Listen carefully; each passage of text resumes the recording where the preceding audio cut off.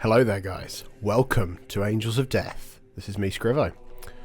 This episode is called Space Marines 101, very much a from the ground up look at Codex Space Marines and how to approach starting collecting them, and then kind of looking at what sort of way to collect them, kind of syncing in with whether it's a specific faction, so like a chapter, or following one of the archetypes, which the detachments kindly set out for us. And then it finishes with a guide on some units that kind of transcend those archetypes, that you'll probably see in most lists, and kind of a good kind of start off with a £200 spend just to get yourself rocking. Right, let's get going. Where to start? Right, so this is an interesting one. Traditionally, Space Marines were quite kind of easy to pick up because obviously they're in every launch box, and then the first wave of releases tend to be Space Marine led. At the moment, I would personally tell you not to buy the Space Marine Combat Patrol. The reason for this is it is using the stuff from the Leviathan start set.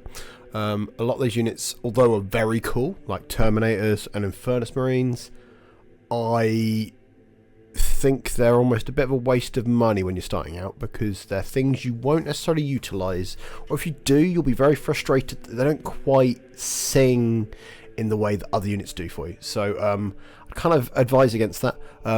Again, if you have got someone that's got the previous year's Christmas box, that's a good shout. So a lot of the Christmas boxes tend to be kind of a lot of the new releases sold at a slight value there. This year's one, for example, is the Inner Circle Task Force, which is the Lion, a bunch of Deathwing Knights, some Inner Circle Companions, and it's just, if you want to start Dark Angels, great, but for other Space Marines, not so much. And the Combat Patrols outside of the Leviathan-led Space Marine one, things like the Blood Angels one, very Blood Angel specific now. The previous one was a very good starter just for Space Marines, but you won't see that one out on the shelf much now because everyone's hoovered them up. And the current Dark Angels one, it's alright. The captain in it isn't particularly one that I think you'll utilise much. It's alright. It's fine. But again, I don't think it's a good foundation for starting Space Marines with, which is why I've kind of put this video together to give some guidance on how to approach collecting them, because it's sometimes a bit daunting when there's hundreds of data sheets you could pick from. So, right, let's get started then on chapters. So, for me, this was quite an easy decision. I really liked the Dark Angels thematic kind of approach. As a kid, I had Space Hulk and the expansion Deathwing, which is from the, I think it's second edition of Space Hulk, or first edition. It was very, very of its time. White Terminator armor rather than the kind of cream colour, so that's why mine are that colour. So I had kind of a foothold into it, and as a kid, had some Blood Angels as well, because fun enough, that's what everyone did when, in the early 2000s, late 1990s, that's what everyone did, because it was like, they're cool, they're really cool. Who doesn't like space vampires? Of course, the option is there to do a successor chapter. So what this is when a Space Marine chapter has a new recruiting kind of thing happen, rather than them being added to the chapter, because traditionally they're supposed to be limited how big they are because of the Horus Heresy, they would produce a successor chapter. They would give them their own heraldry, their own origin to it, and then they expand from that. This gives you the opportunity, and from the non-law standpoint, this was very much a make your own thing, guys. You don't have to paint them blue. And it's a great way, if you want to play Space Marines as they currently work. You paint them in your own scheme, you then paint, say, the Blood Angel units to match, the Dark Angel units to match, and it can be, it sounds very cynical to say it that way, but it gives you that freedom that you're not stuck with one chapter's way of playing. Obviously, the detachments allow you to have some kind of freedom there. Of course, if you really like one of the X-Legion chapters, so the Dark Angels, Blood Angels, Imperial Fists, all of them, like, you can just paint them in that scheme anyway and just use them as whatever. It doesn't really matter. Anyone that says it does, yeah, it's a bit annoying at times, because you're like, oh, why is mine Calgar bright yellow? You do you guys. That's how the game plays now. And then, of course, if you're really, really into it, the non-codex compliant guys, like the Blood Angels, Dark Angels, Space Wolves, there's a great opportunity there, but you do kind of get hemmed in that you kind of, it feels weird for some players, and I find it personally myself. Like, I've got some Blood Angels I painted in kind of a more uniform kind of. I did them black to match my Raven Wing, the same sort of colour with red shoulder pads, so they were still Death Company, but it felt weird. So that's why I started painting some Blood Angels as well. So having that freedom of a Successor chapter probably is worth trying if you can justify it or find a really cool scheme you like. So like one of my club mates has got a nice purple army. I saw on the weekend a guy with really nice kind of teal Space Marines, and they look really cool. And it was like, it doesn't matter that they weren't a specific chapter that is in the lore. They're his own chapter, and they have really cool like heraldry on them. It's really, really neat. Right. The archetypes. So this is very much how they play, is often led from an archetype that is from the chapters quite often. So an example is the Stormlance detachment, which is the advance, fallback and charge detachment. Has a slight skew where a lot of its stratagems rely around mounted units. So this is things like your Thunderwolf Cavalry, Outrider Bikes, or even like Raven Wing Black Knights. There is some mounted stuff in the game. The way the game works with a lot of the terrain, I find personally mounted stuff's quite frustrating to play. The detachment does work not just to them, it just, a lot of the enhancements and a big chunk of the strats are around mounted, but foot armies can really utilise it. So it's something we've seen quite often where Dark Angels, Space Wolves, anything with some kind of good melee would do it, and it has a place. That said, if you really like Dreadnoughts and tanks, the Iron Storm detachment, it has a place for you.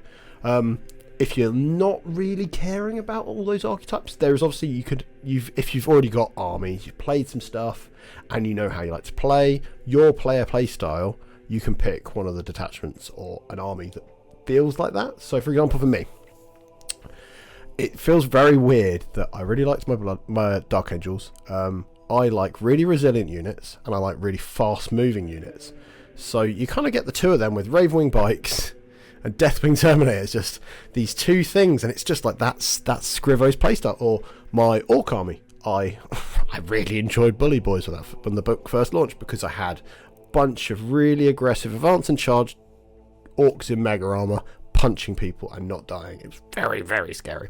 And then of course the archetype, if I was ever to tell someone to start playing Space Marines and they didn't have an inclination what they want to do, I would be like, right, do the all-comers approach. There is the detachment called Gladius, which gives you a bit of everything. So you've got a turn where you can advance and shoot, advance and charge for a turn. You can fall back, shoot and charge for a turn. There's a lot of cool things that it can do. It does everything kind of okay. And I think there's something to be said for that. Like, playing Space Marines, they are meant to be they're kind of okay at everything.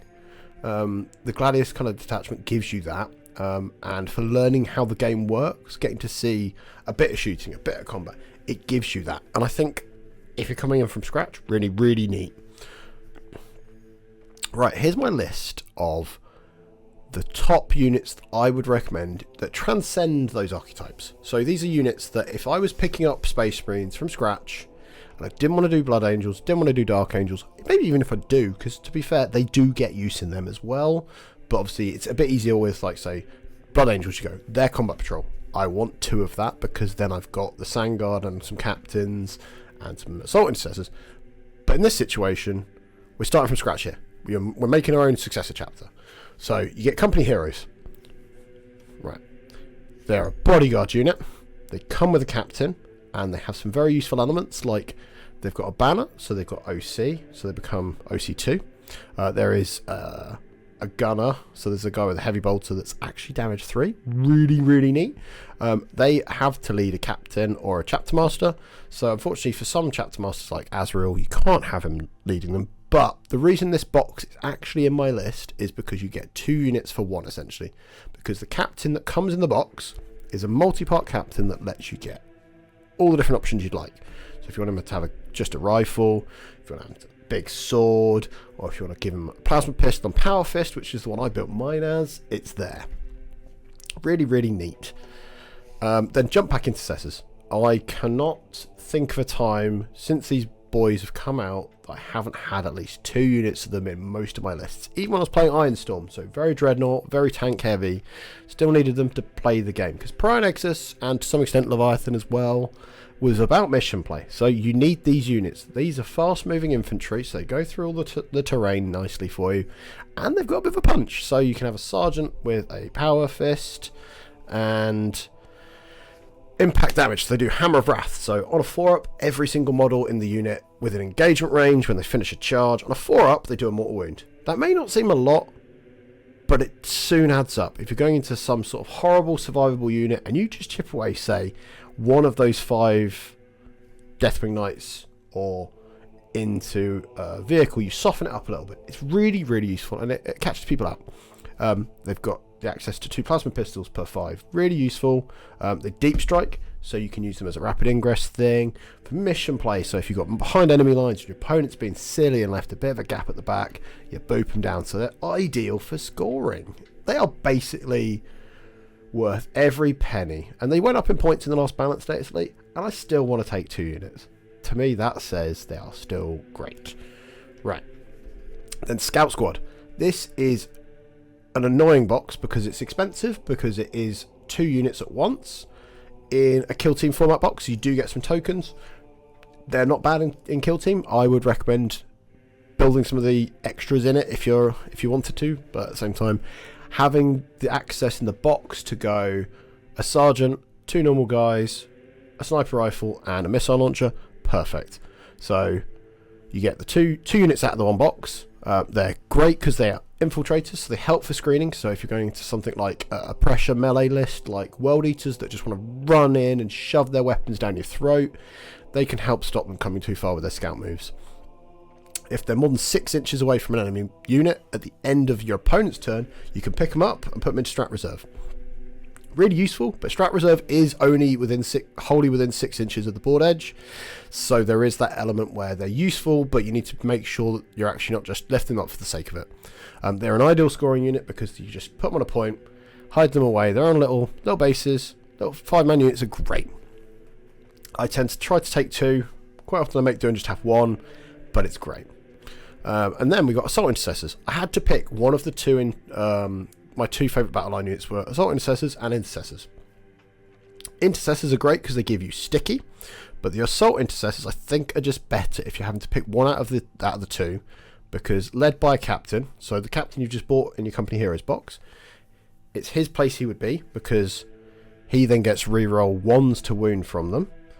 If your opponent you're hitting and you're on an objective, you're getting reroll 2 wound, which is very neat.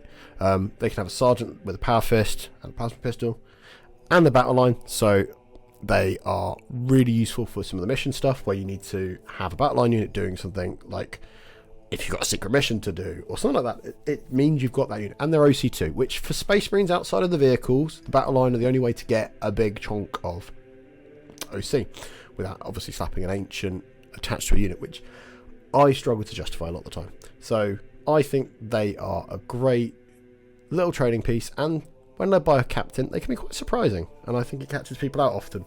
And then the last but no means least is the Gladiator Tank. So this is a brilliant kit. It's not the cheapest of vehicles. It's like £57, I think, for retail. But if you're clever and you build the turret so that you can pop the guns out or magnetize them, you can build all 3 different loadouts. So you can have the Reaper, the Valiant, and the Lancer. I find myself with Lancers in a lot of my lists because it's got mechanically you can reroll a hit, a wound, or a damage each time it shoots, which is just really flexible. So if you're going into your non-oath of moment target, you've got a great ability to get some consistency and avoid that dice variance that can really be a pain in the backside. And then on the flip side, the Reaper is really good at clearing hordes. It's big onslaught Gatling cannon thing, just pick stuff up. And then if you're being really clever, the top piece of the Gladiator actually is just built on top of an impulsor, which is the transport. Having this kit built in a way that you can then use it as an impulsor means you've basically got 4 units out of the one box. Not at the same time, but having that flexibility, you can use it as an impulsor. If you want to put, say, those Assault Intercessors with the captain in one, you never know. It's really, I find having access to him the Gladiator tanks and the impulsors is super useful. So having that in your starting force is great. Right, so here you go. Here's the breakdown. This is the RRPs. So it comes to 224 if you're buying it direct from GW. Obviously, if you support your local friendly game store, they will probably offer you some sort of discount. So it'll probably be under about 200 quid, which I think is a good start. And I haven't even bothered looking at the points for it, because what I wanted to do is look at the kind of the money difference to kind of go, here you go, this is a rough starting point, because just buying one box isn't enough. You go, oh, here's one box you should start with. One box doesn't start an army. So I figured I'd give you this as a guide. Let me know what you would take as your kind of starting force. This is what I find interesting, is like, especially if you're a more experienced player and you're just kind of watching this out of curiosity, what do you take? And would it be you take things like normal intercessors over the assault intercessors as a starting force? Always like to know. Right, so next video is going to be the proper start. So we're going to break down characters and epic heroes and what they should lead. This may seem like telling you how to suck an egg, but I found quite often it's quite daunting when you look at a character and they have access to 7 or 8 units they can lead, and then you go through it as someone starting out with an army, go, which ones do I bother with? And in reality, most of it you don't bother with. So it's nice to be given the greatest hits of, like, this character should lead this, or it could do this because of this, and explaining the reason why, which I think is quite important. Without that, you'd have to do all the legwork that the rest of us have already done for the first year of the edition of the book. So I want to make it so that it gives you guys a good starting sort of jump on point where you don't have to try to do all the homework yourself. And so thank you guys. Obviously, if you really liked the episode, please hit the like button below. Don't forget to subscribe to the channel, because there will be more episodes coming. Of course, there'll be more of the Inner Circle episodes and the Black Rage episodes. Everything, basically Space Marine, I'm going to try to cover. So as we start to see more stuff come out, like if they're doing a Death Watch update, which I think they promised they're going to do some sort of PDF to give Death Watch some updated rules to play them as Space Marines again. When they do that, I will probably do a video about that as well. And if you really enjoyed it, you can become a YouTube member. That means you get access to a lot of our early videos, and we do a lot of members content now. We're trying to really push that angle to give some good value and to thank people for supporting us, because without you guys, we don't get to do any of this stuff. Until next time, thanks guys.